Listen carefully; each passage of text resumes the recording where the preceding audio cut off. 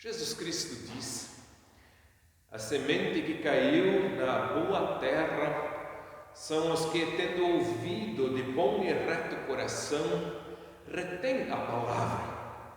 Estes frutificam com perseverança. Com essas palavras, que são o lema da semana que se inicia neste domingo, quinto domingo após Pentecostes, saúdo todas as pessoas que nos assistem, de maneira especial os membros da comunidade evangélica de Lomba Grande e também da comunidade evangélica de Confissão Luterana Feitoria. Temos diante de nós, nesse lema, uma palavra muito famosa de Jesus, que se encontra numa parábola especialmente conhecida de Nosso Senhor, que é a parábola do semeador. Jesus descreve, por assim dizer, o destino da palavra de Deus que é lançada qual semente, que é anunciada como uma semente que é lançada à terra, mas que infelizmente, via de regra, não produz, pois não cai em terra boa, cai entre os espinhos, cai sobre as pedras. Mas felizmente, graças a Deus, há também aqueles casos em que a semente encontra boa terra em que possa produzir. Nós, como igreja cristã, somos enviados a lançar a boa semente da palavra de Deus, e assim como o descreve a parábola de Jesus, também nós sempre de novo nos defrontamos com dificuldades e provações, com a sensação de que a palavra pouco ou nada frutifica. Apesar disso, permanece a promessa de que a palavra de Deus, a boa semente, não deixará de frutificar, de trazer bons frutos para a glória de Deus e para o bem da humanidade. É em nome do Trino Deus que realizamos estes momentos de meditação, oração, louvor e adoração. Este Deus que é Pai, Filho e Espírito Santo. Amém. Leio da Epístola do Apóstolo Paulo aos Romanos, no 7º capítulo, os versículos 15 até 25.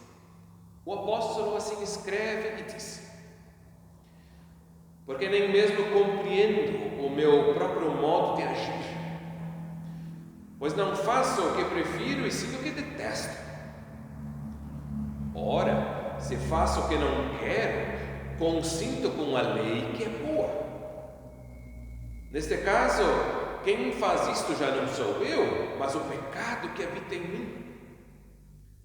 Porque eu sei que em mim, isto é, na minha carne, não habita bem nenhum, pois o querer, o bem está em mim, não porém o efetuá-lo. Porque não faço o bem que prefiro, mas o mal que não quero, esse faço. Mas se eu faço o que não quero, já não sou eu quem o faz, e sim o pecado que habita em mim. Então, ao querer fazer o bem, encontro a lei de que o mal reside em mim. Porque no tocante ao homem interior, tenho prazer na lei de Deus. Mas vejo nos meus membros outra lei que, guerreando contra a lei da minha mente, me faz prisioneiro da lei do pecado que está nos meus membros. Desventurado homem que sou, quem me livrará do corpo desta morte? Graças a Deus por Jesus Cristo nosso Senhor. Até aqui a leitura da epístola. Queridos irmãos, caras irmãs, o reformador Martinho Lutero, ele tinha especial apreço, simpatia e carinho pelas epístolas do apóstolo Paulo e da maneira toda especial por essa carta de Paulo aos Romanos. É lá em Romanos, por exemplo, que se encontra a sempre de novo mencionada a afirmação de que o justo viverá por fé. O famoso escrito de Martinho Lutero da liberdade cristã, um dos mais, ou talvez até o mais conhecido, pelo menos no meio acadêmico, ele se orienta exatamente na carta do apóstolo Paulo aos Romanos, e tem o seu cerne aqui nos capítulos 7 e 8 dessa epístola, em que o apóstolo Paulo fala da existência da pessoa humana sem Cristo, debaixo do poder do pecado, mas depois da existência da pessoa cristã, debaixo do poder de Cristo, como pessoa liberta desse poder do pecado. Martim Lutero, na sua teologia, no seu pensamento, ele de diversas formas foi influenciado por esta carta aos Romanos, pelo apóstolo Paulo, de um modo geral. Assim também foi influenciado pelo famoso pai da igreja, Santo Agostinho, que igualmente escreveu a respeito da liberdade cristã e de textos como este aqui de Romanos 7 e de Romanos 8. Hoje em dia, talvez pelo menos de uns 100 anos para cá, sempre de novo tem surgido perguntas e o questionamento se Lutero realmente entendeu o apóstolo Paulo da forma mais correta e adequada. Não queremos entrar nesse mérito aqui. Em todo caso, percebemos que os capítulos 7 e 8 da carta do apóstolo Paulo aos Romanos sempre de novo tem atraído de uma forma toda especial a atenção da teologia acadêmica, e isso indiretamente também tem influenciado a vivência de fé das comunidades e igrejas. Se por um lado o apóstolo Paulo era especialmente amado por Lutero, por outro lado precisamos admitir e reconhecer que as suas epístolas não são necessariamente fáceis de compreender. Diria eu, como pastor, como alguém que com uma certa frequência lê a Bíblia e também se ocupa com questões ligadas à Palavra de Deus, e de fato a carta aos Romanos, ela lança sobre todos nós alguns desafios e não está entre os textos mais fáceis de serem interpretados. Peço, apesar disso, a sua licença para, neste dia, trazer algumas reflexões com base no texto que acabamos de ler e de ouvir, que é também o texto indicado na nossa Igreja Evangélica de Confissão Luterana como texto de pregação para este 5º domingo após Pentecostes, neste ano de 2020. E agora o apóstolo inicia a passagem dizendo que ele não compreende o seu próprio modo de agir, pois não faço o que quero, mas sim o que detesto. Vejam que ambivalência ele descreve. E aí eu penso, como entender? A gente se pergunta, afinal de contas, o que é que ele quer dizer? E aí eu lembro de algumas frases que talvez um pouco ilustram o que é a ambivalência da qual fala o apóstolo Paulo.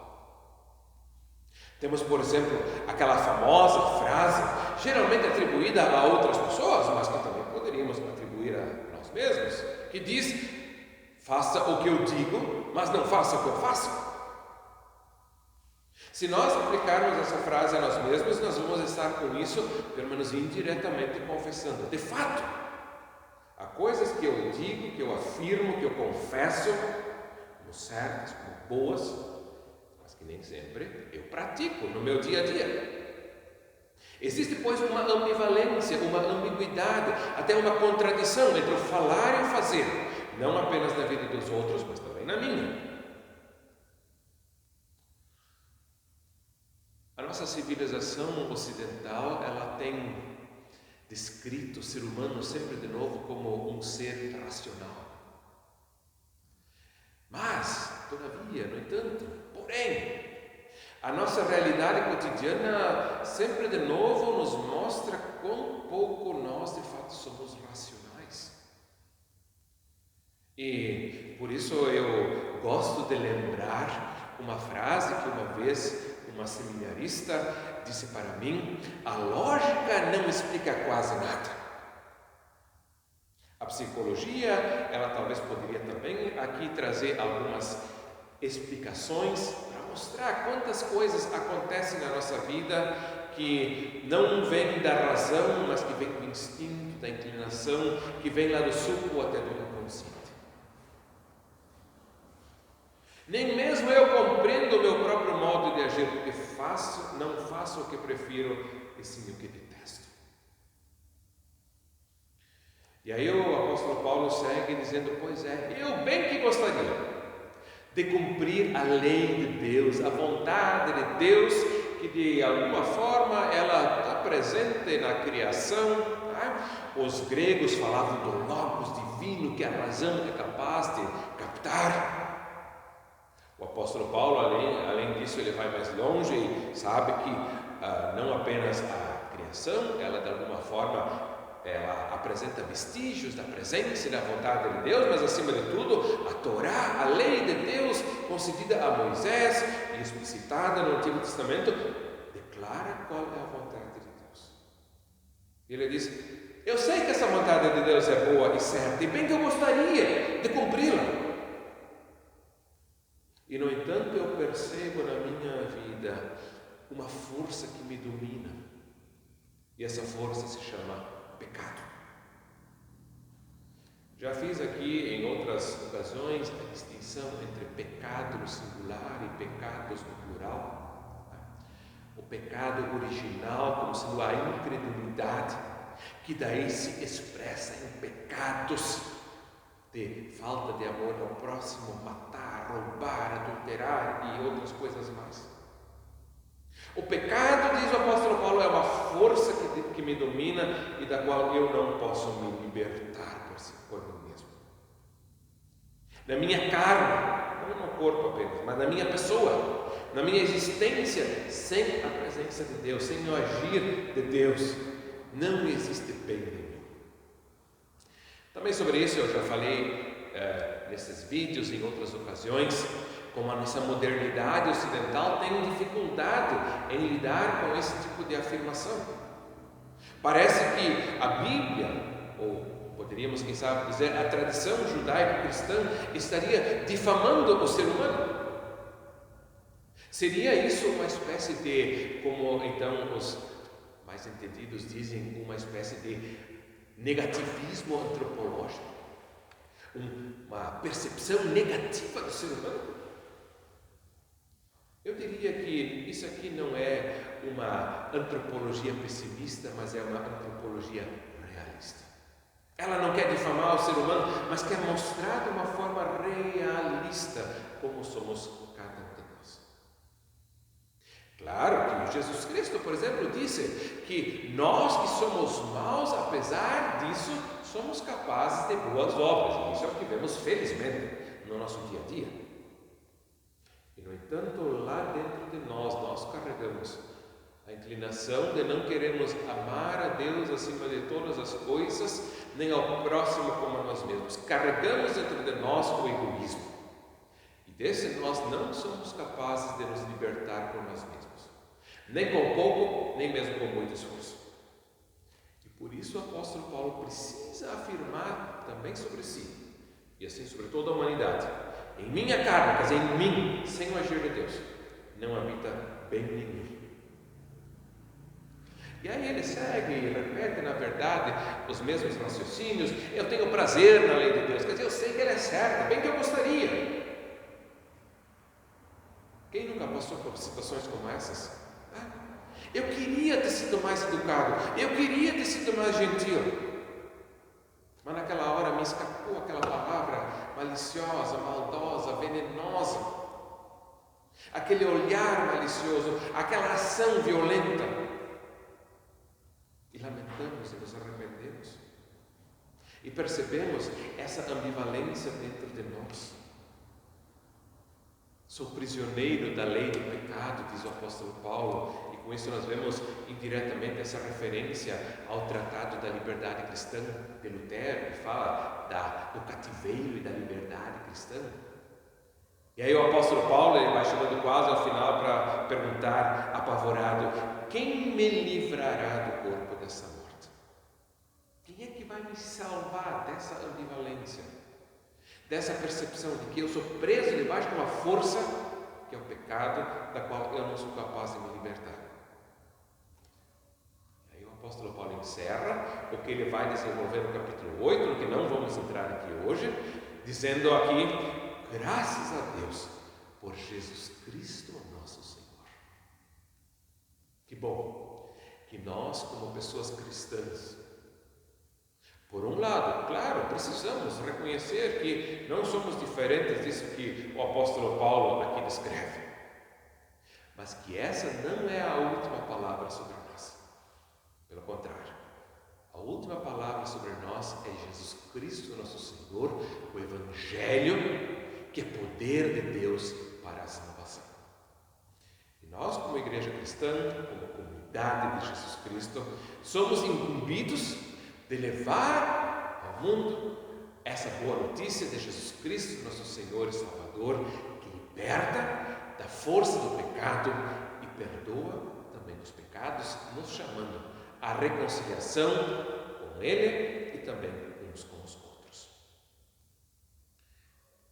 Cantei no início as primeiras 3 estrofes do conhecido hino Sol da Graça, Luz do Amor, hino número 493 do livro de canto da ISLB. Peço a sua licença para entoar ainda as últimas 3 estrofes 5, 6 e 7.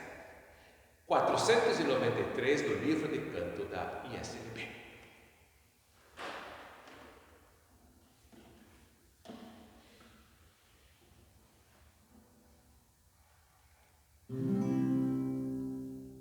Aos que pregam dá poder, faz-nos pela fé vencer. Abençoa a pregação, fortalece a comunhão, ó vem Senhor.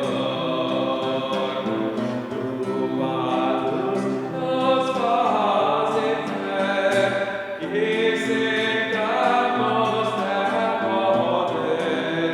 Faze-nos em fé lutar, o inimigo derrotar, ó vem Senhor. Toda santa multidão retém glória e adoração ao triunfo eterno Deus, dando por a terra e os céus, amém, Senhor.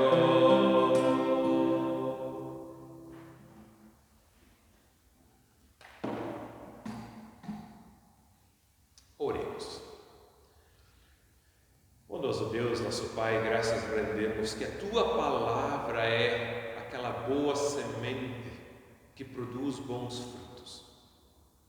O Evangelho de Jesus Cristo, Teu Filho, nosso Senhor e Salvador, que perdoa, que salva, que conhece as nossas ambivalências, o nosso anseio por fazer o bem, mas ao mesmo tempo o nosso egoísmo, que sempre de novo nos engana e que nos faz viver nessa ambiguidade. Obrigado pelo perdão que nos liberta para enxergarmos a Ti na nossa vida e assim também enxergarmos as pessoas ao nosso redor, que nos liberta daquela inclinação de olharmos apenas para o nosso próprio umbigo em egoísmo. Permite, Senhor, que o Teu Evangelho sempre de novo nos alcance, que a boa semente sempre de novo frutifique na nossa vida e produza bons frutos de fé, esperança e amor. Protege-nos e guarda-nos nesses dias de frio, nesses dias de epidemia, de preocupações também com o sustento e o trabalho. Ajuda a todos nós, ajuda especialmente as pessoas mais vulneráveis, mais suscetíveis de adoecerem e também mais ameaçadas de, quem sabe, perderem a sua renda. E permita, Senhor, que nós também, como comunidade cristã, possamos ter olhos para ver, enxergar e nos ajudarmos mutuamente. Tudo isso pedimos, agradecemos, trazemos a Tua presença e oramos com palavras do Teu Filho Jesus Cristo, dizendo: Pai nosso que estás nos céus, santificado seja o Teu nome, venha o Teu reino, seja feita a Tua vontade, assim na terra como no céu. O pão nosso de cada dia nos dá hoje, e perdoa-nos as nossas dívidas, assim como nós também perdoamos aos nossos devedores. E não nos deixes cair em tentação, mas livra-nos do mal, pois Teu é o reino, o poder e a glória para sempre. Amém. O Senhor te abençoe e te guarde. O Senhor faça resplandecer o seu rosto sobre ti e tenha misericórdia de ti. O Senhor sobre ti levante o seu rosto e te dê a sua paz. Amém.